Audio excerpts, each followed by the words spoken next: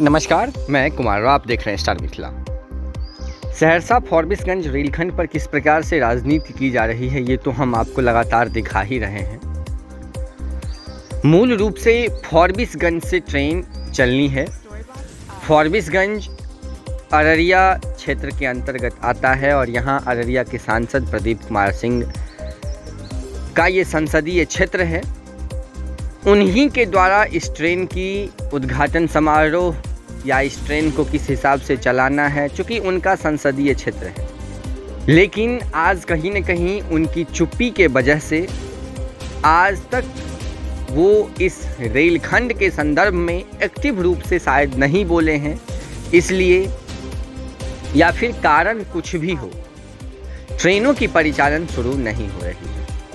यहाँ तक कि कुछ लोग अब इस ट्रेन को, जो जोगबनी दानापुर एक्सप्रेस घोषणा की गई, अब इस ट्रेन को रूट डाइवर्ट करने की भी बात कर रहे हैं। उन लोगों का कहना है जो अब इसे इस रूट से न चलाया जाए, क्योंकि ये रूट काफ़ी ज़्यादा डैमेज है। लेकिन इस पर भी न तो रेल प्रशासन कुछ बोल रही है, न कंस्ट्रक्शन विभाग कुछ बोल रही है, और न ही अररिया क्षेत्र के सांसद प्रदीप कुमार सिंह जी। अगर कंस्ट्रक्शन विभाग की बात करें तो कंस्ट्रक्शन विभाग के अनुसार इस रूट पर ट्रेनों की परिचालन की जा सकती है निर्धारित गति से। अगर डीआरएम साहब या समस्तीपुर रेल डिवीज़न का माने तो आदेश नहीं मिला है ट्रेन चलाने का, इसलिए नहीं ट्रेन चल रही है। और अगर अररिया सांसद प्रदीप कुमार सिंह जी का माने तो ट्रेन चलाना रेलवे का काम है। ट्रेन जब चाहेगी रेलवे तब चलाएगी। अभी ये ट्रैक उपयुक्त नहीं है ट्रेन परिचालन को लेकर के। इसीलिए रात में आपको एक वीडियो दिखाया गया था जिसमें ये हम दिखाने की कोशिश किए थे, जो अगर ट्रेन चलाने के लिए ये ट्रैक उपयुक्त नहीं है तो भारत गौरव ट्रेन को इस रूट होकर के अनुमति कैसे मिला।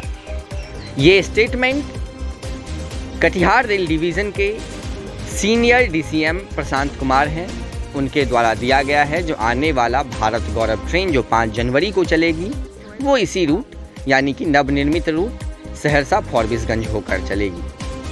फिर भी काफ़ी कमेंट मिला जो ब्रिज संख्या 13 की जानकारी दी जाए, और इसीलिए आज सुबह इस वीडियो के माध्यम से आपको ब्रिज संख्या 13 की अपडेट देने की कोशिश कर रहा हूँ।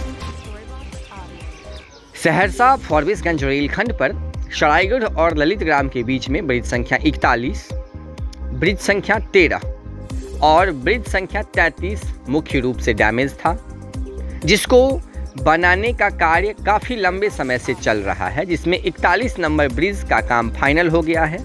ट्रेन 41 नंबर नए ब्रिज से चल रही है। ब्रिज संख्या 13 की जो स्थिति है वो शुरू से आपको स्क्रीन पर दिख रहा है। मिट्टीकरण का कार्य, स्लीपर लगाने का कार्य, ये सब कार्य चल रहा है। उम्मीद है अगले आने वाले 1 से 1.5 महीनों में इसे पूर्ण कर लिया जाएगा।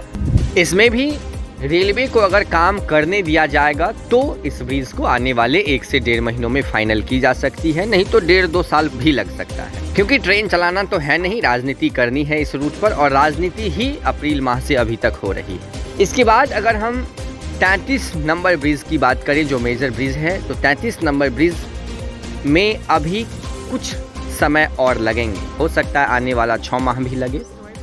33 के साथ साथ 34, 35, 36, 37 ये 4 ब्रिज माइनर छोटा छोटा ब्रिज है जिसको ढलाई करके बनाया जा रहा है, और इस चारों ब्रिज का काम अंतिम चरण में है।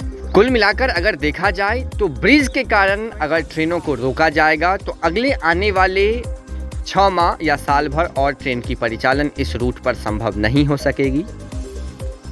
लेकिन कंस्ट्रक्शन विभाग साफ तौर से कह रही है जो ट्रेन औसत गति से इस रूट से चल सकती है, और कहीं न कहीं समस्तीपुर रेल मंडल के डीआरएम विनय श्रीवास्तव का भी स्टेटमेंट है जो इस रूट पर सिर्फ हम अनुमति के कारण ट्रेन की परिचालन नहीं कर रहे हैं, हमें आज अनुमति मिलेगी, हम कल ट्रेन चला देंगे।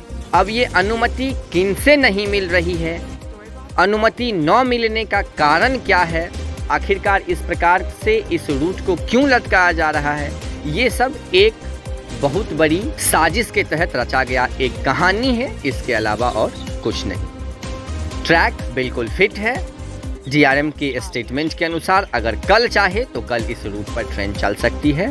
ट्रैक भी तैयार है और रैक भी तैयार है।